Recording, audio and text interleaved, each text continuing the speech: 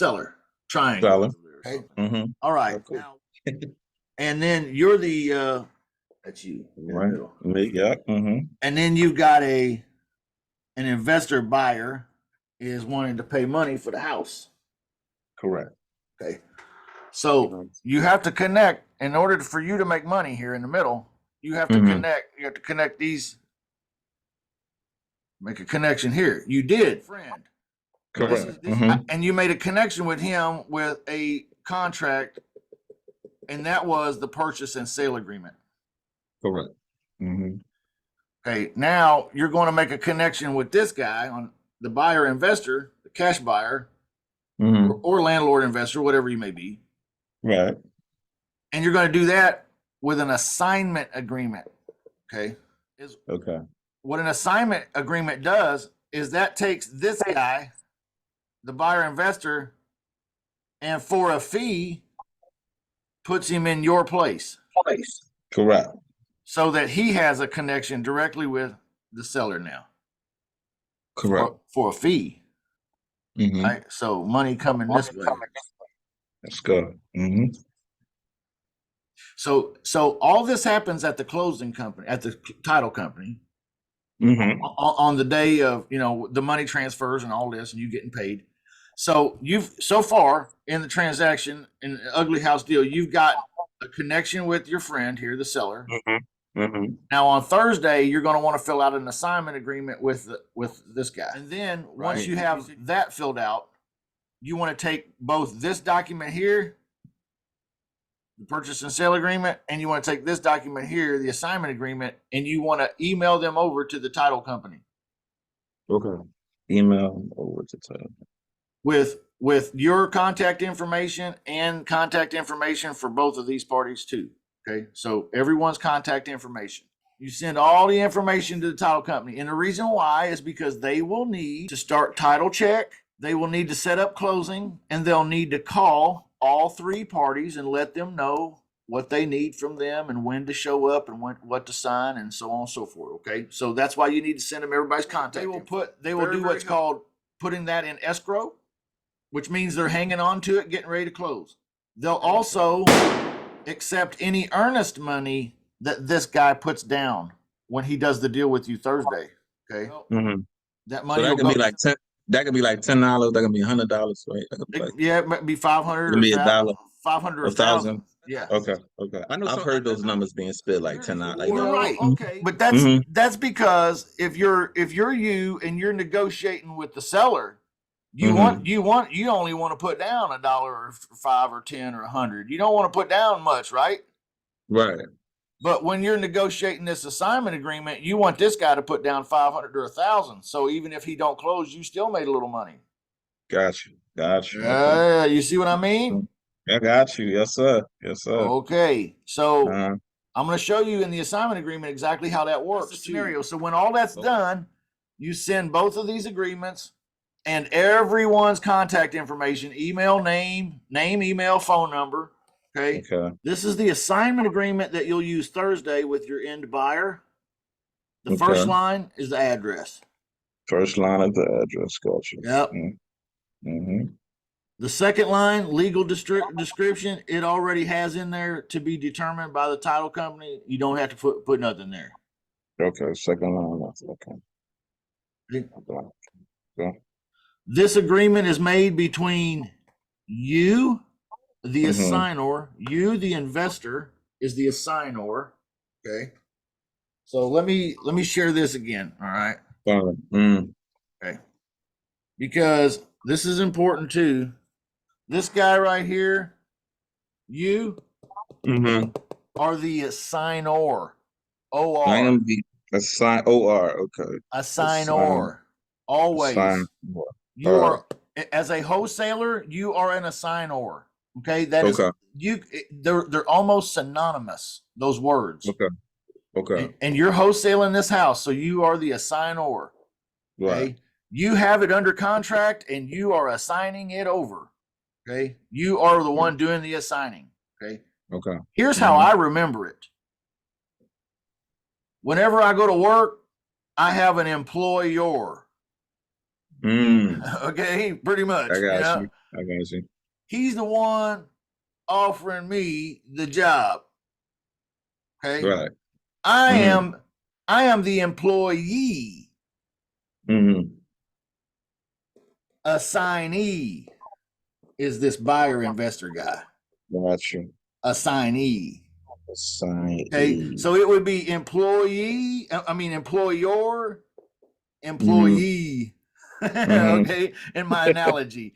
Except this Got is you. an assignor and an assignee. Okay. Mm-hmm. Buyer investor. Your end buyer is the assignee. You are the assignor. Okay, so let's go back to the document here. Let's take a quick look. Mm-hmm. We're actually almost done. This agreement is made between you, assignor, Mm-hmm. and your end buyer, assignee. Indeed. Got you. Okay, the guy you're meeting on Mm-hmm. Thursday, the end buyer, is the assignee. Mm-hmm. Okay, he's on the receiving end. Mm-hmm. You're on the giving end. Okay, whereas, okay, buyer, that would be you.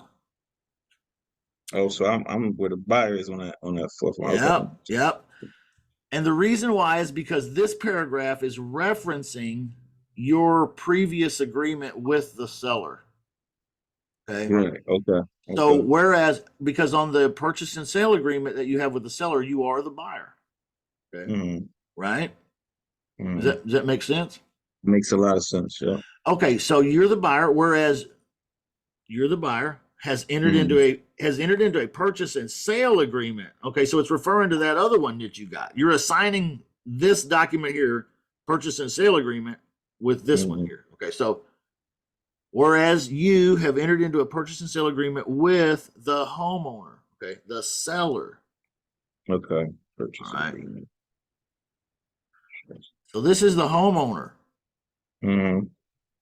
for the purchase of subject property, and whereas buyer wishes to assign its rights, interests, and obligations in the purchase and sales agreement. Okay, so you're using this document here to assign that purchase and sale agreement. So again, it's basically explaining how, for a fee, you're for a fee letting this guy take your place. Got you. Okay, that's really what it's describing. Got So you. after the end of this transaction, he'll step in your place with the homeowner. Mm-hmm. And now he'll have that relationship with the homeowner, the seller. That's what it's basically saying. Okay. Okay. So let's go back and we'll talk about the money, because it says here, number one, in order to do this, see, assignee, remember that's your end buyer, Mm-hmm. he'll pay you, the assignor, a non-refundable assignment fee Mm-hmm. of, this says 10 grand, but you can make it whatever you need to make it. Got you. Okay. Yeah.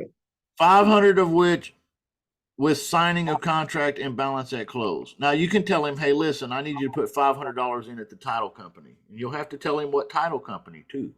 Okay. Okay. I have to tell him what type of company. So this $500 doesn't go to you in your pocket that day necessarily. It goes to the title company. Mm-hmm. Okay. And then this here will be whatever this number here is, the difference between your end buyer's purchase price and your contract price with your friend seller. Does that make sense?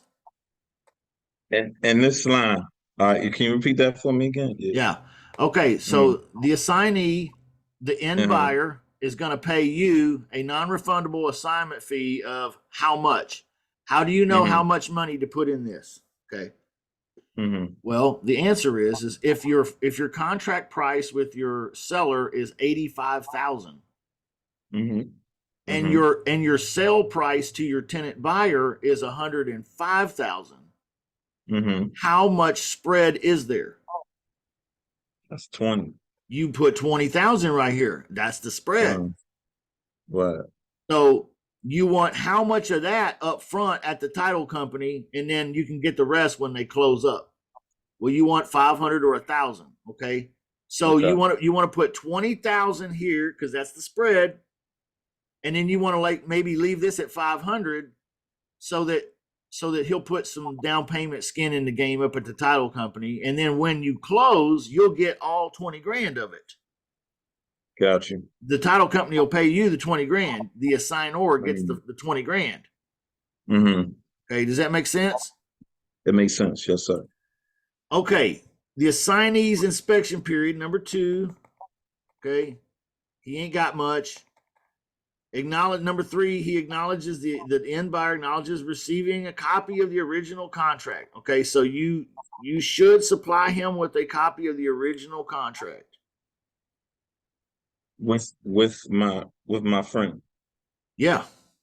Okay. I'm just asking. Yeah. I'm just asking. The end buyer, in order for him to step in your place here, mm-hmm. in order for this buyer here to step in your place mm-hmm. and fulfill the part of your agreement that you have with the seller, he's going to have that agreement.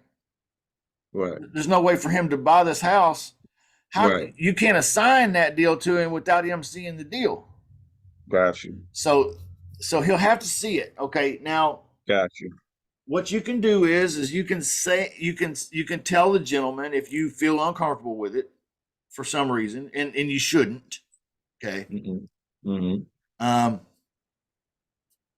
If there's a problem, the reason why you might feel uncomfortable with it is if you're like, well, man, I'm making 20 grand. What if the guy's like, man, you ain't making 20 grand off me? Okay, well, worst case scenario, that's what happens.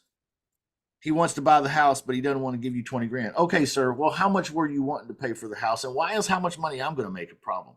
Okay, I want to sell you the house. Make your best offer. And let's, what will it take to close? Find out what the deal is. Okay. Probably not going to be a problem. Okay. You're going to make. I don't foresee that with this person. I got some history with this person, so it's not like it's somebody that I don't know, but you never know. So. Yeah. I don't think it's going to be a problem, man. I mean, wholesalers make 10, 20 grand all the time. Okay. I don't know. Right. It's just never been a problem for me.